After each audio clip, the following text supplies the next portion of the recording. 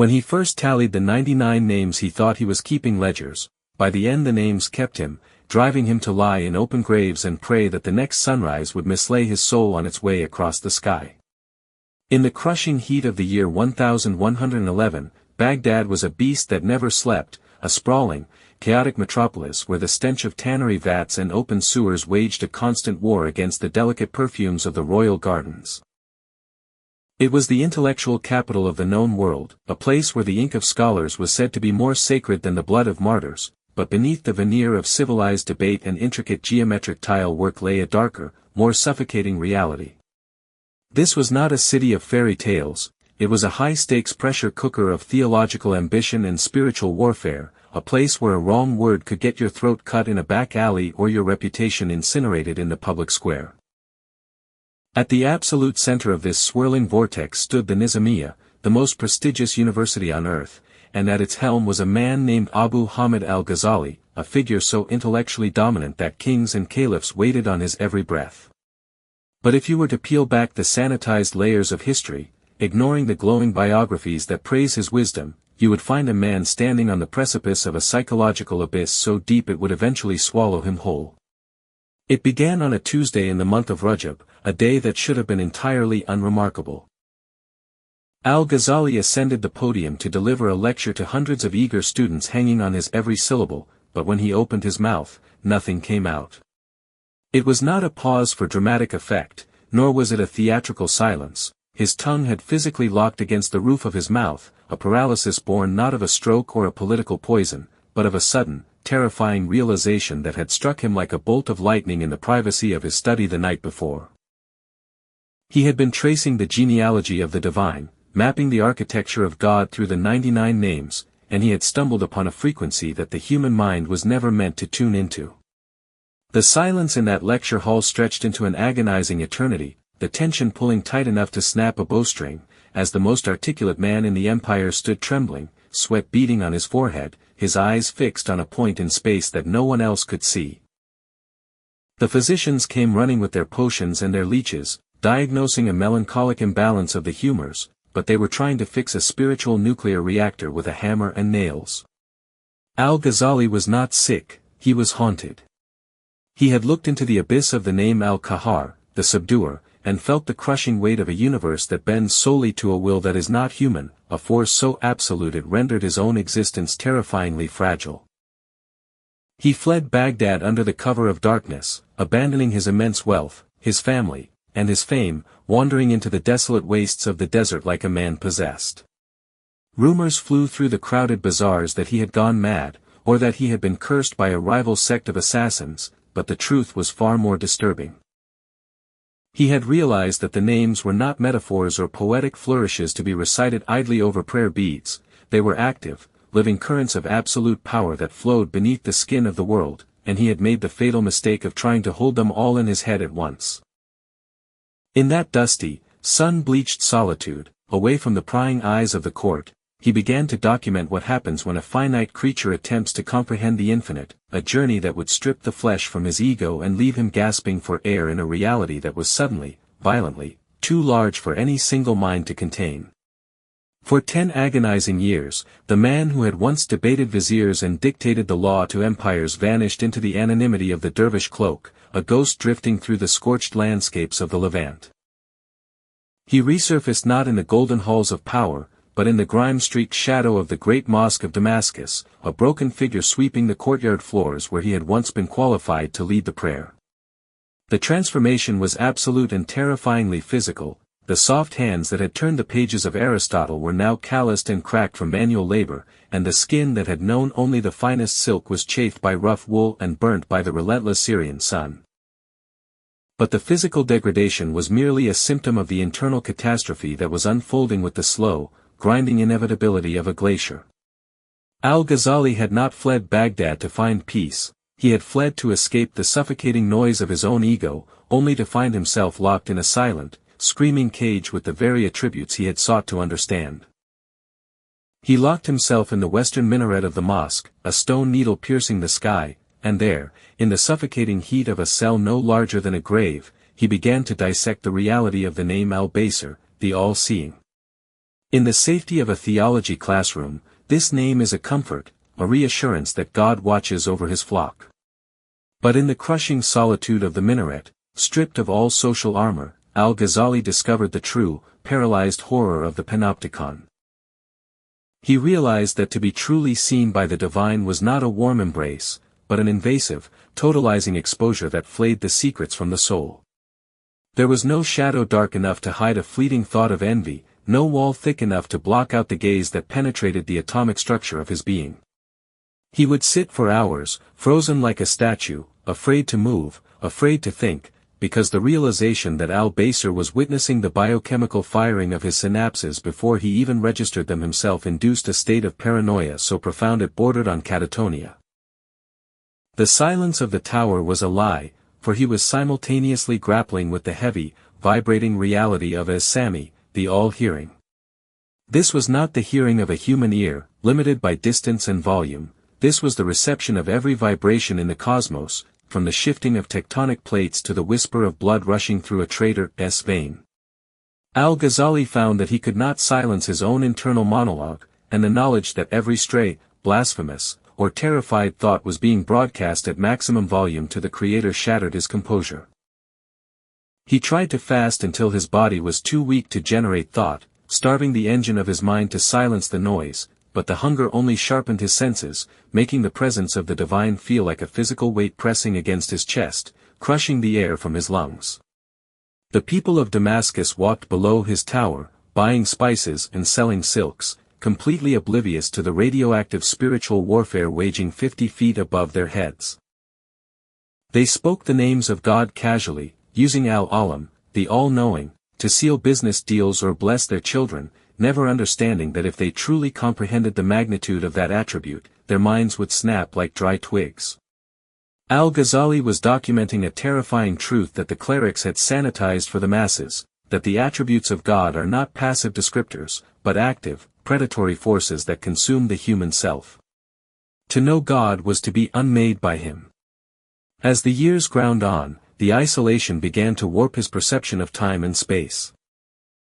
He traveled to Jerusalem, locking himself in the dome of the rock, seeking a different frequency, perhaps a name that offered mercy rather than this relentless, searing awareness. But even there, amidst the holiest of stones, the names followed him. He wrote in his journals, which would later be sanitized and polished into the revival of the religious sciences, but the raw drafts were stained with the sweat of a man fighting for his sanity. He described the name Al-Qahar, the subduer, not as a king who conquers armies, but as a gravitational force that crushes the individual will into dust. He saw that free will was a fragile illusion when placed against the absolute, overwhelming sovereignty of the divine. One afternoon, while sitting in the shadow of the Al-Aqsa compound, he watched a beetle struggling to climb a smooth stone, slipping and falling, and he laughed, a dry, cracking sound that startled the pilgrims nearby. He saw himself in the insect, a creature convinced of its own agency while entirely at the mercy of forces so vast they could not even be perceived. The realization broke the last remnants of his pride. The famous scholar was dead, all that remained was a hollow vessel, scoured clean by the abrasive sand of the 99 names, waiting to be filled with something else. He had dismantled his identity brick by brick, using the names as the hammer and chisel, until there was no I left to be terrified. But the journey was not over. He had survived the dismantling, but he had yet to encounter the reconstruction, the terrifying integration that comes when one dares to invoke the names of majesty and beauty in the same breath. The desert wind howled through the cracks in the masonry, carrying with it the scent of ancient dust and the promise of a final, irrevocable reckoning that awaited him not in the solitude of the ruins, but back in the very world he had tried to escape. By the year 1115, the man who had once been the intellectual apex predator of the Abbasid Caliphate had reduced himself to a spectral figure haunting the dusty, wind-scoured cemeteries of Hebron. He had traveled south from the holy precincts of Jerusalem, drawn by a magnetic pull to the tomb of the patriarchs, seeking the presence of Abraham, the one man in history who had looked into the fire of the divine and walked out unburned. Al-Ghazali was no longer the panic-stricken fugitive who had fled Baghdad. He had evolved into something far more unsettling, a hollowed-out conduit through which the high-voltage currents of the unseen world flowed without resistance. He had spent years dismantling the intricate clockwork of his own ego, stripping away the gears of ambition and the springs of pride until nothing remained but a silent, terrifying void waiting to be filled. It was here, amidst the silent, sun-baked stones of the patriarchs, that he began to engage with the attribute that breaks the minds of lesser men, al-Haq, the absolute truth. In the sanitized lectures of the madrasas, truth was a logical proposition, a thing to be argued and proven with ink and paper, but out here in the desolation of the spirit, al-Ghazali discovered that al-Haq was not a concept, but a living, breathing entity that tolerated no rivals. He realized with a jolt of nausea that reality as he knew it, the solid ground, the stone walls, the flesh on his bones, was merely a fragile membrane stretched over a roaring ocean of non-existence. The truth was the ocean, and everything else was just foam. This realization did not bring him peace, it brought him a sense of vertigo so profound that he would often be found clinging to the pillars of the sanctuary, his knuckles white, physically anchoring himself to the material world lest he drift away into the annihilation of the real. The locals began to whisper about the strange, silent man who spent his nights sitting in open graves, practicing the death he knew was the only gateway to the ultimate understanding. He was engaging with Al-Mumit, the creator of death, and Al-Muhai, the giver of life, not as separate events, but as a singular, pulsating rhythm of the cosmos. He saw that every breath he took was a mini-resurrection, and every exhalation was a mini-death, a relentless cycle powered by a battery that never ran dry. It was during this period of extreme psychological disassembly that he began to write the magnum opus that would eventually redefine the spiritual DNA of the Islamic world, the Ihya Ulum al-Din, or the revival of the religious sciences. But to call it a book is to misunderstand the violence of its creation. He did not write it as a scholar composing a treatise, he wrote it as a drowning man scratching a map onto the hull of a sinking ship. He wrote to keep himself tethered to sanity. He sat in the corners of the mosque, surrounded by the invisible debris of his shattered worldview, and dipped his pen into the inkwell of his own terror.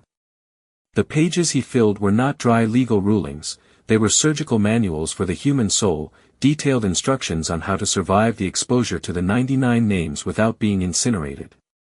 He described the heart not as a pump for blood, but as a subtle, spiritual organ capable of reflecting the divine light, provided it was polished with the abrasive sand of discipline and suffering. He wrote about the dangers of the tongue, the stomach, and the genitals, not out of puritanical moralizing, but because he saw them as leakage points where the precious energy needed to sustain the connection with God was being bled out into the dirt. He was documenting the physics of the spiritual realm, codifying the laws of thermodynamics that governed the relationship between the finite slave and the infinite master. But as he wrote, a disturbing transformation began to take hold of his physical form. He ceased to care for his appearance entirely, his beard grew matted and wild, his clothes turned to rags, and his eyes took on the 1,000-yard stare of a soldier who has seen the front lines of a war that no one else believes is happening. He was walking the razor's edge between enlightenment and total madness, balancing the overwhelming beauty of Al-Jamal with the crushing majesty of Al-Jalal. One night, while meditating on the name Al-Wadud, the all-loving, he felt a sensation that he later described in cryptic terms as the tasting of fire. It was not the love of a mother for a child or a lover for their beloved, it was a cosmic, consuming gravity that threatened to collapse his entire being into a singularity. He realized that God's love was not a soft, comforting blanket, but a furnace that burned away everything that was not him. To be loved by the divine was to be purified by an inferno, to have every trace of selfishness, every lingering attachment to the dunya, cauterized from the soul. The tension in his narrative reached a fever pitch as he prepared to leave Hebron. He had made a vow at the tomb of Abraham never to take money from princes again, never to engage in public debates, and never to return to the toxic prestige of the court.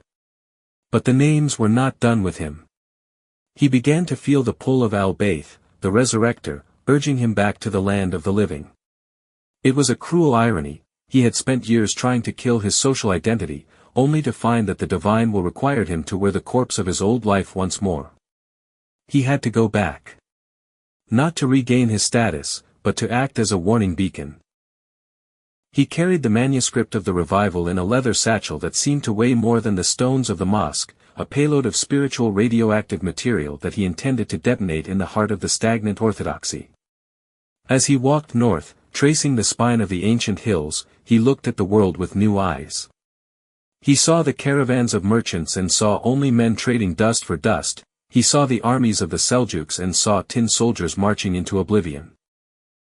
He was no longer a participant in the illusion, he was a glitch in the matrix, a man who had seen the source code and lived to tell the tale.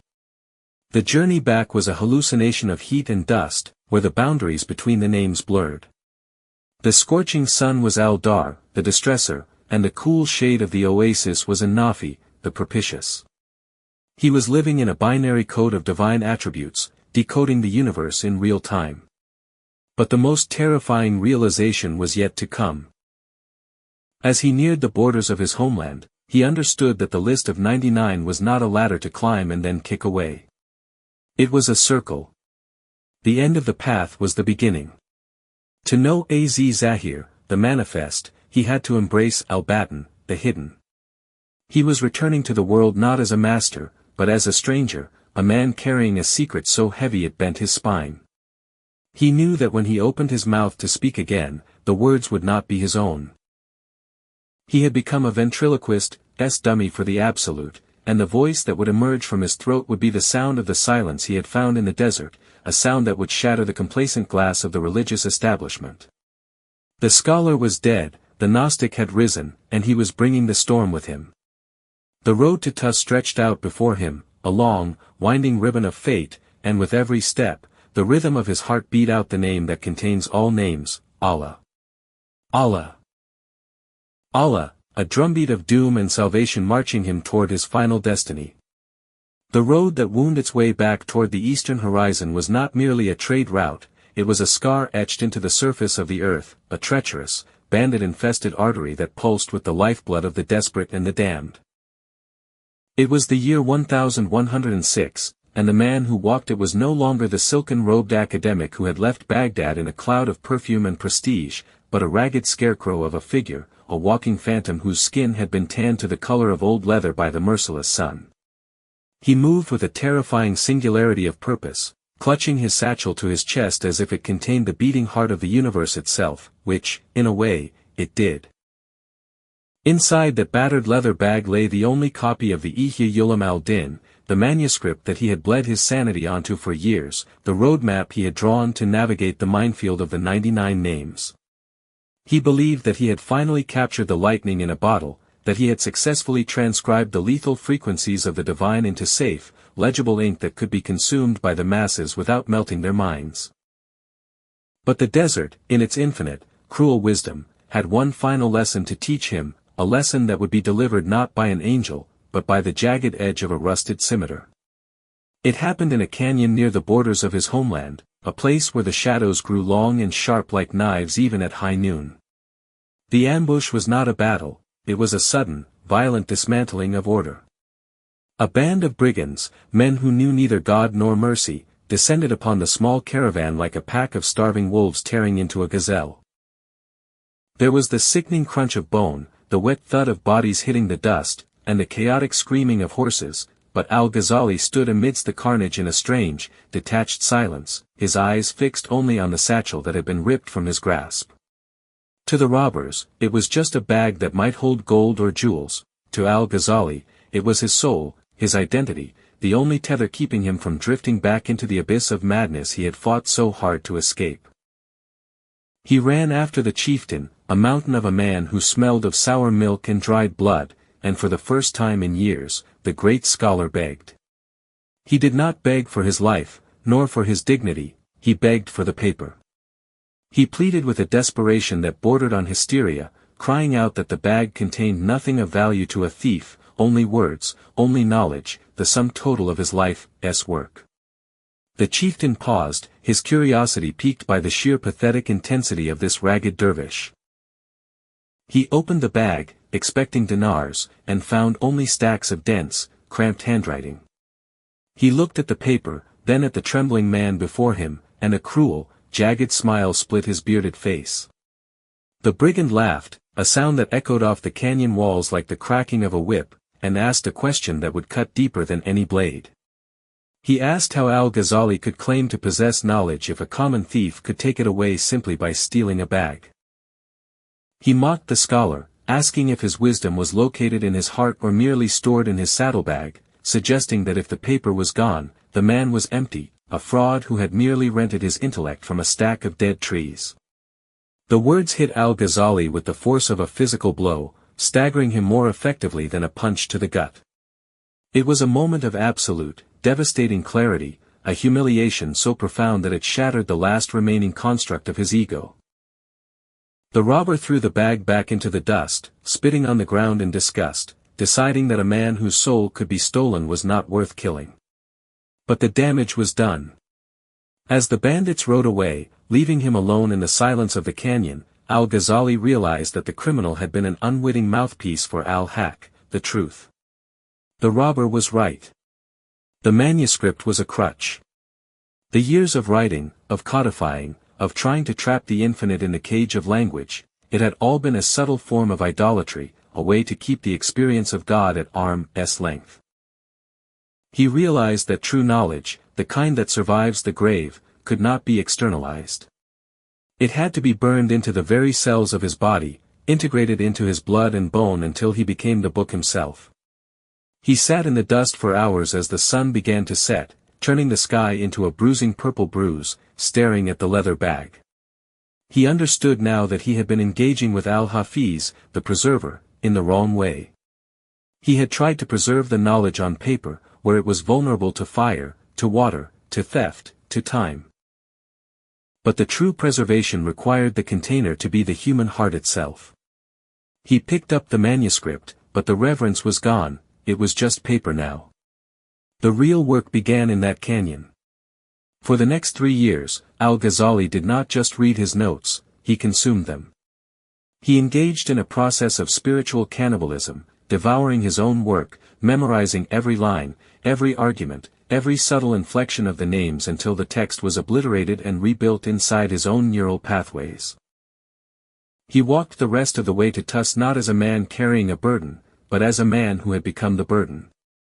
He was meditating on the name Al-Matin, the firm, the steadfast, realizing that the only thing that could withstand the entropy of the universe was a heart that had hardened itself against the world while remaining soft to the divine. The psychological pressure of this internalization was immense. He was no longer analyzing the attributes of God, he was letting them colonize his mind. He felt the terrifying constriction of Al-Kabid, the withholder, squeezing his chest until he gasped for air, teaching him that every moment of despair was a direct touch from the divine hand. He felt the expansive, euphoric rush of Al-Basit, the extender, widening his perception until he could feel the pulse of the earth beneath his feet. He was becoming a living laboratory for the 99 names, a test subject in an experiment of one. The return to his hometown of Tus was not a triumphant parade.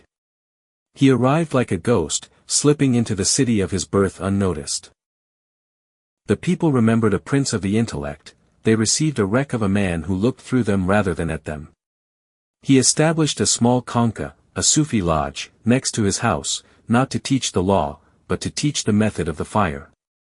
He looked at the young students who came to him, eager for fatwas and legal rulings, and he felt a profound, aching pity. They wanted to know the rules of ablution, he wanted to show them how to drown. He saw them playing with pebbles on the shore of an ocean that had nearly drowned him.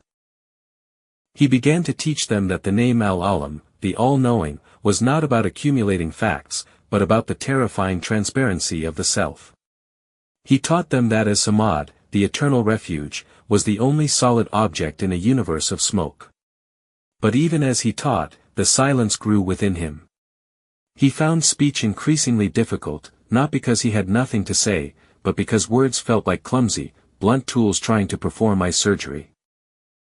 The discrepancy between the reality he experienced, the roaring, blinding presence of the names, and the flat, dead language of human communication was becoming unbearable.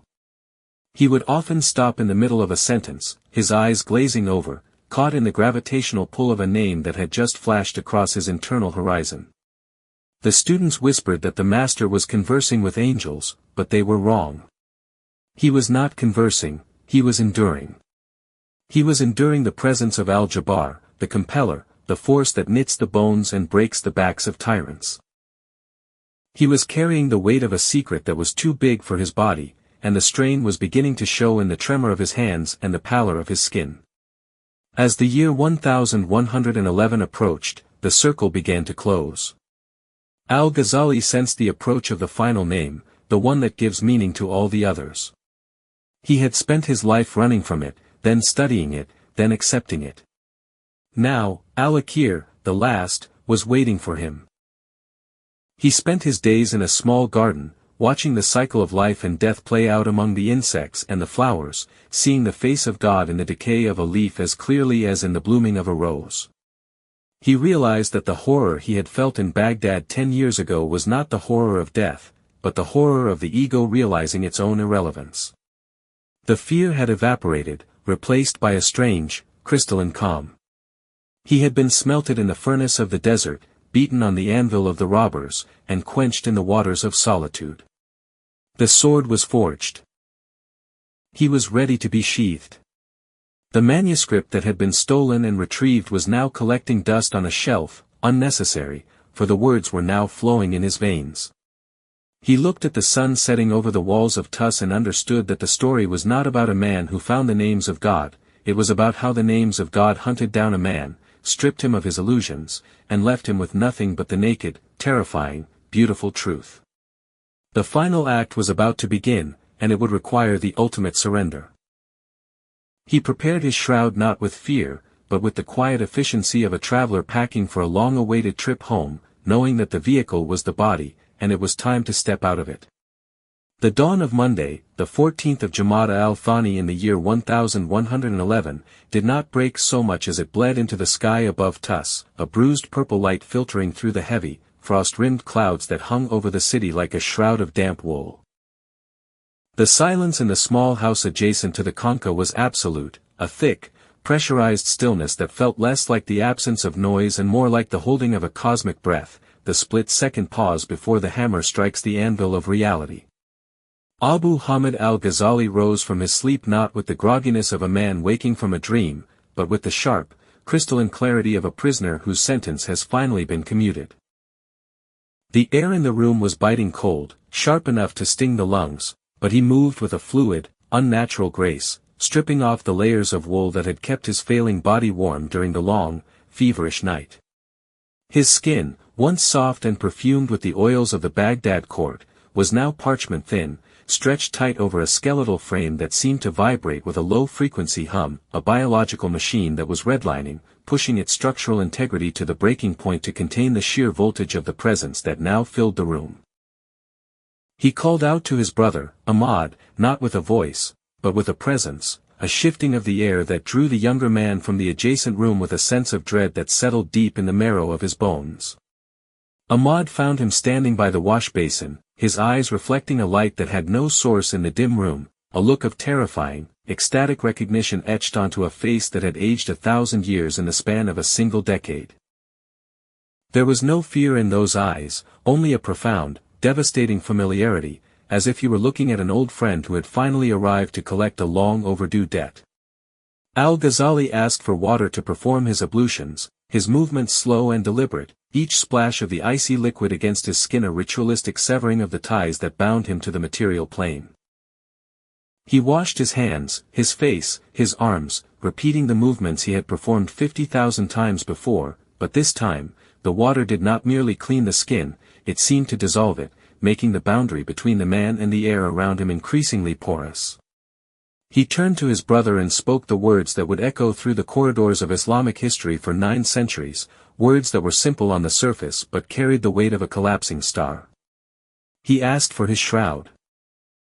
It was a request that should have elicited horror, a scream of denial, but the atmosphere in the room was so charged with the inevitability of the moment that Ahmad obeyed without question, his hands trembling as he retrieved the white cotton cloth that had been prepared for this specific morning.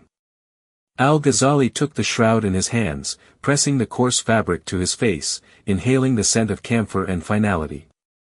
He kissed it, a gesture of profound intimacy, and whispered that the command of the king was to be obeyed. It was not a resignation, it was a deployment. He was not surrendering to death, he was reporting for duty. He walked to his bed, not with the shuffle of an invalid, but with the stride of a man walking through a gate he had spent his entire life trying to unlock. He lay down, facing the direction of Mecca, and extended his legs, smoothing the robe over his wasted frame with the fussiness of a traveler adjusting his coat before a long journey. And then, the room began to change. To Ahmad, watching from the doorway, paralyzed by a grief that had not yet found its voice, the shadows in the corners seemed to lengthen and twist, defying the laws of optics. The light of the rising sun struck the window, but it did not illuminate the room. It seemed to be absorbed by the figure on the bed, sucked into the gravity well of a soul that was rapidly expanding beyond the confines of the flesh. The silence deepened, becoming a physical weight that pressed against the eardrums, a high-pitched ringing that was the sound of the 99 names converging into a singular point of absolute reality. Al-Ghazali closed his eyes, and in that moment, the internal monologue that had narrated his life, the arguments, the debates, the fears, the doubts, was finally silenced. He was no longer thinking about God, he was being thought by God. The name Al-Mu'min, the taker of life, was no longer a theological concept written in ink on a page, it was a visceral, tactile presence standing at the foot of the bed, a force of unmaking that was terrifying in its gentleness. He felt the connection to his heart, to his lungs, to the firing neurons of his brain, being severed one by one, not with violence, but with the precision of a master jeweler unclasping a necklace. The transition was seamless. One moment, he was a biological entity, a collection of organs and fluids struggling against the entropy of the universe. The next, he was pure geometry, a consciousness released from the tyranny of time and space. The chest stopped rising. The pulse, which had fluttered like a trapped bird against the cage of his ribs, fell still. But there was no death rattle, no gasp for air, no final struggle against the dying of the light. There was only a sudden, profound emptiness in the room, a vacuum where a man had been, as if the universe had simply corrected an error and deleted a variable that was no longer necessary. Ahmad rushed to the bedside, falling to his knees, gripping the hand that was still warm, but he recoiled instantly, for the flesh felt strange, not like the flesh of a corpse, but like the casing of a discarded instrument, vibrating with a residual energy that made the hair on his arms stand up. The expression on Al-Ghazali's face was the most shocking detail of all. It was not the slack-jawed emptiness of the dead, it was a smile of such intense, focused amusement that it was almost grotesque. It was the smile of a man who has just heard the punchline to a cosmic joke that had been building for 55 years. It was the look of someone who had peered behind the curtain of reality and realized that the monster he had feared his entire life was just his own reflection. The room smelled suddenly and overwhelmingly of musk and roses, a scent so thick it tasted like copper on the tongue, masking the stale odor of illness that had permeated the house for months. Outside, the dogs of Tus began to howl in unison, a mournful, dissonant chorus that rolled over the city like a wave, while the sun, now fully risen, cast a pale, sickly light over the minarets where the call to prayer remained unsaid, the muezzins frozen in their towers by a sudden, inexplicable chill that swept through the streets. The news of the death did not travel by word of mouth, it seemed to transmit itself through the groundwater, through the roots of the trees, through the very stones of the marketplace. By mid-morning, the house was surrounded by a silent, heaving ocean of humanity, students, scholars, beggars, and thieves, all drawn by the psychic shockwave of the event. They did not wail or tear their clothes, they stood in a stunned, terrified silence, sensing that something fundamental had shifted in the balance of the world. The axis of the age, the Hujjat al-Islam, the proof of Islam, had been withdrawn, and without him, the world felt flimsier, less real, as if the tent pole holding up the canopy of the sky had been kicked away. Inside the room, the washers came to prepare the body, men who had washed 1,000 corpses, men hardened to the sight of death. But when they touched Al-Ghazali, they pulled back, their hands shaking.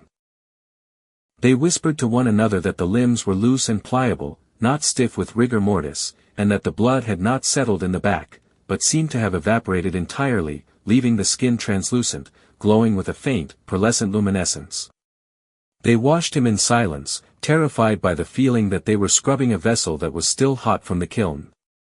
When they poured the water over his chest, it did not pool, it seemed to hiss, as if extinguishing a fire that was still burning deep within the ribcage. They wrapped him in the white shroud he had kissed only hours before, binding the cloth around a secret that they could sense but could not name. They were wrapping a mystery, bundling up a paradox, preparing to bury a man who had died 10 years ago in the desert and had only returned to tell them how it felt. As they lifted the bier to carry him to the cemetery of Tabran, the weight of the body seemed to fluctuate, at times heavy as lead, dragging the bearers down into the mud, and at other times light as a feather, threatening to float out of their grip entirely. It was as if the soul was lingering, tethered to the body by a single, fragile thread, unwilling to leave the final lesson unfinished. The procession that wound its way through the narrow streets of Tus was not a funeral, it was a migration. Thousands of men walked in a trance, their eyes fixed on the simple wooden coffin, feeling the magnetic pull of the vacuum that Al-Ghazali had left behind. They were walking into a future that had been irrevocably altered, a future where the bridge between the logical mind and the mystical heart had been burned down and rebuilt by a single man. But as they lowered him into the dark, damp earth, a final, chilling realization rippled through the crowd. The sun was at its zenith, yet the grave cast no shadow. The light seemed to pass straight through the space where the body lay, as if the earth itself was refusing to claim him, or perhaps, as if he had become so transparent to the divine light that he no longer obstructed it. The grave was filled, the earth tamped down, but the feeling remained, a vibration in the soil, a hum in the air, a sense that they had not buried a man, but planted a seed that would grow into a forest of questions that would haunt the sleep of theologians for a millennium. The 99 names had finished their work on Abu Hamid al-Ghazali. They had consumed him, digested him, and now, they were waiting for the next vessel, silent and terrifying in their eternal patience. The earth of the Tabran cemetery had barely settled, the mounds of dirt still fresh and dark against the grey landscape, when the true horror of Al-Ghazali's legacy began to metastasize, spreading not like a religion, but like a contagion through the arteries of the Islamic world. The man was dead, sealed in the silence of the grave, but he had left behind a biological weapon made of ink and paper, a collection of texts that possessed a terrifying vitality of their own. The Ihya Ulum al-Din did not sit passively on the shelves of libraries, it vibrated with the residual energy of the 99 names, acting as a mirror that reflected the darkest, most secret deformities of the reader's soul. In the months following his death, a strange phenomenon was reported in the madrasas of Nishapur and the mosques of Cairo. Students who delved too deeply into his chapters on the diseases of the heart were found wandering the streets in states of catatonic shock, having realized that their piety was nothing more than vanity dressed in robes. The book was not an instruction manual, it was an interrogation. It stripped away the comfortable illusions of the religious establishment, exposing the rot beneath the floorboards, and the reaction from the powers that be was swift, brutal, and terrified. In the far west, in the sun-drenched, fanatical courts of the Almoravid dynasty in Córdoba, the jurists declared war on the dead man. They saw the Ihya not as a revival, but as a threat to their rigid, legalistic control, a spiritual anarchy that emboldened the individual to bypass the cleric and speak directly to the divine. In the year 1109, a decree was issued by the Sultan Ali ibn Yusuf, a man whose heart had been hardened by the very power he sought to protect. The order was absolute, every copy of Al-Ghazali's work was to be hunted down, seized, and publicly incinerated. The scene in the great square of Córdoba was a grotesque parody of purification, a bonfire of the vanities where the fuel was the greatest wisdom of the age. Soldiers kicked down the doors of scholars and mystics, dragging the heavy, leather-bound volumes into the sunlight, piling them high like the corpses of traitors. The oil was poured, the torches were lit, and the flames roared to life, hungry and indiscriminate. But as the pages curled and blackened, turning to ash in the updraft, the witnesses spoke of a chilling sensation, a collective shiver that had nothing to do with the temperature. It was as if they were burning flesh, not paper. The smoke that rose from the pyre did not dissipate, it hung low and heavy over the city, a dark, suffocating pall that smelled faintly of ozone and impending doom. The jurists stood by, arms crossed, satisfied that they had killed the idea by destroying the vessel, but they had made a fatal miscalculation. They had invoked the name Al-Muntakim, the Avenger, without realizing that the attributes of God are not subject to the laws of men. By burning the books, they had released the spirit from the page, turning a physical text into a martyr's legend that would haunt their dynasty to its grave. It is a matter of historical record, whispered in the tea-houses of the Maghrib for centuries, that the decline of the Almoravids began the moment the ash of the Ihya touched the ground. The Sultan who ordered the burning died in obscurity, his empire crumbling under the hooves of the Almohads, a new wave of conquerors who carried the sword in one hand and, ironically, the teachings of Al-Ghazali in the other. The attempt to silence the 99 names had only amplified them, turning a whisper into a scream that shattered the foundations of the state. But the true ending of this story does not lie in the ashes of Córdoba or the dust of Tus, it lies in the terrifying persistence of the list itself. The 99 names did not vanish with the scholar.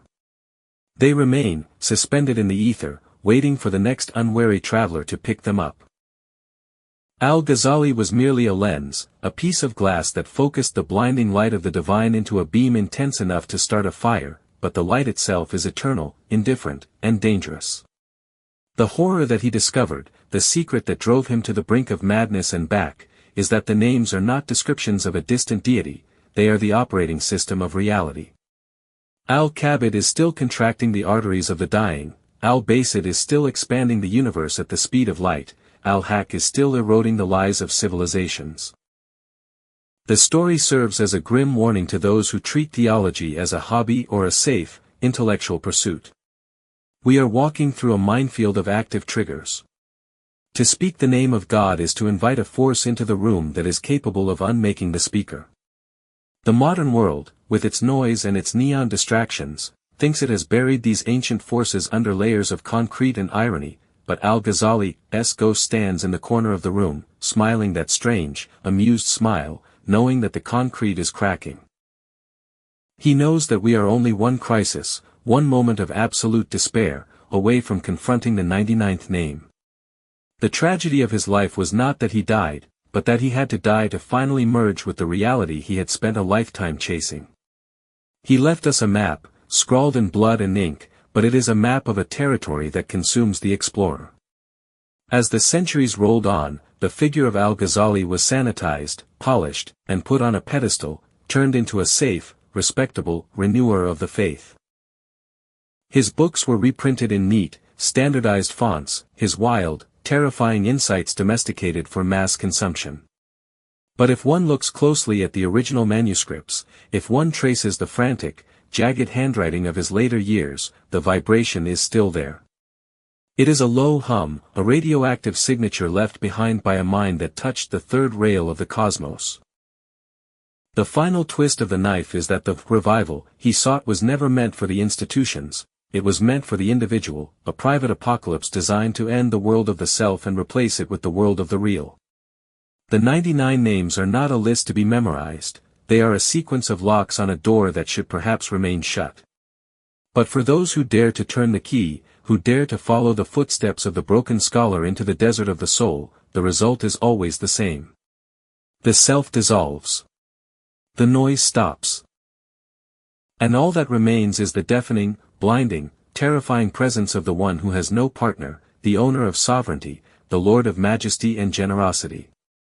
The story ends where it began, in silence, but it is no longer the silence of emptiness, it is the silence of a cup that is full to the brim, overflowing with an ocean that has no shore. The book is closed, the candle is blown out, but the dark is alive. And it is watching.